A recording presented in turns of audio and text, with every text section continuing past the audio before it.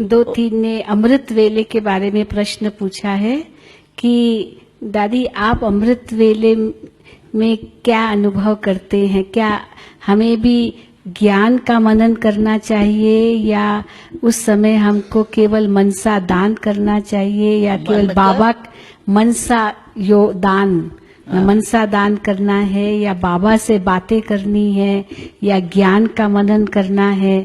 तो अमृत वेला आप अपना अनुभव सुनाए तो हम उस प्रकार करेंगे। अमृत वेला जो है वो मनन के लिए नहीं है।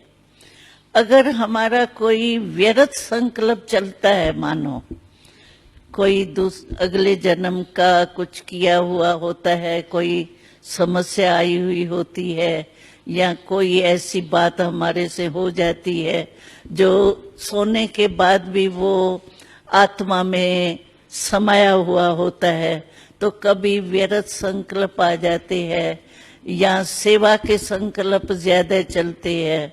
ऐसा किया था, ये क्यों नहीं हुआ, सफलता नहीं हुई, क्या है, कैसा है? तो बाबा कहते हैं जिस टाइम जो करना है ना, उस समय वो ही काम करना चाहिए।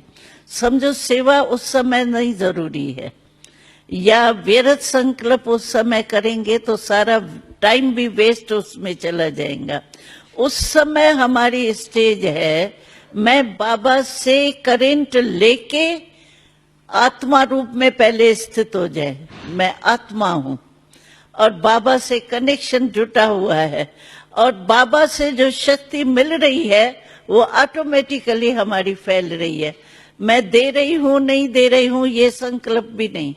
नेचुरल है, लाइट हाउस जो होता है वो सोचता है कि मैं लाइट दे रहा हूं, ऑटोमेटिकली लाइट हाउस है, वो लाइट उसकी फैलेंगी। तो बाबा से मैं शक्ति ले रही हूं और शक्ति के वायुमंडल में शक्ति जा रही है।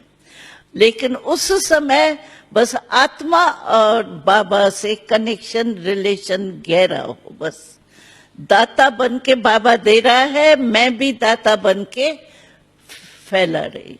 बस ये स्टेज होनी चाहिए।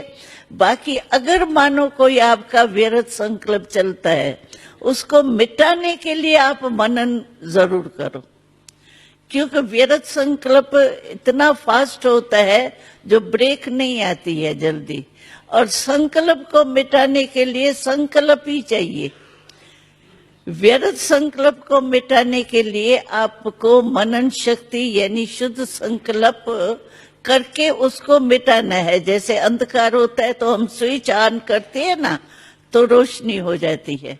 ऐसे संकल्प व्यर्थ को मिटाने के लिए आप कोई वरदान या मुरली की कोई पॉइंट मनन करते हो, वो भले करो, उससे सिर्फ वो मिट जावे व्यर्थ संकल्प, जगह भर जावे।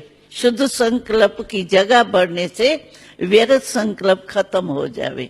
बाकी वैसे जो है वो हमको संकल्प वहां उस समय ये व्यर्थ या कोई शुभ मनन करने की आवश्यकता नहीं है। अमृत वेला हमको खुद बल भर के देने की बात है। जितना हम कनेक्शन खुद में भरेंगे ना, उतना ऑटोमेटिकली हमारा फैलेगा। रोहरियान करने की भी जरूरत नहीं है। बाबा देख ही रहा है, बच्ची बहुत अच्छा बैठी है, कनेक्शन लगा हुआ है, सकाश मिल रही है। रोहरियान करने की व्यर्थ संकल्प है या स्थिति टिकती नहीं है, उसके लिए ये दूसरा साधन है। रोहरियान, मनन, ये सेकंड स्टेज है। 4 स्टेज है ना। पहली स्टेज है बस आत्मा परमात्मा में लीन हो गई, माना लव में लीन हो गई, शक्तियां लेने में ही लीन हो गई, बिजी हो गई। लेकिन अगर वो नहीं स्टेज बनती है हमारी, तो सेकंड स्टेज है, फिर रोहरियान है, मनन है, ये सब सेकंड थर्ड स्टेज है। फर्स्ट स्टेज वो है